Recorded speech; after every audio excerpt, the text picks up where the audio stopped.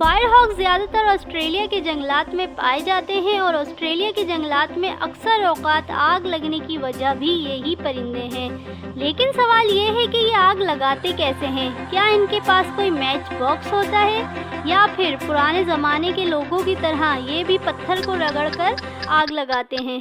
दरअसल ये परिंदा कुदरती तौर पर आग लगने का फ़ायदा कुछ इस तरह से उठाता है कि जब जंगल में या किसी और जगह आसमानी बिजली गिरने या फिर किसी भी वजह से आग लग जाती है तो ये फायरहॉक्स उस जगह से जली हुई लकड़ी अपनी चोंच में उठाते हैं और उस जगह लाकर फेंक देते हैं जहां उनको पता होता है कि यहां से उन्हें उनकी मतलूबा चीज़ यानी कि खाना मिल सकता है।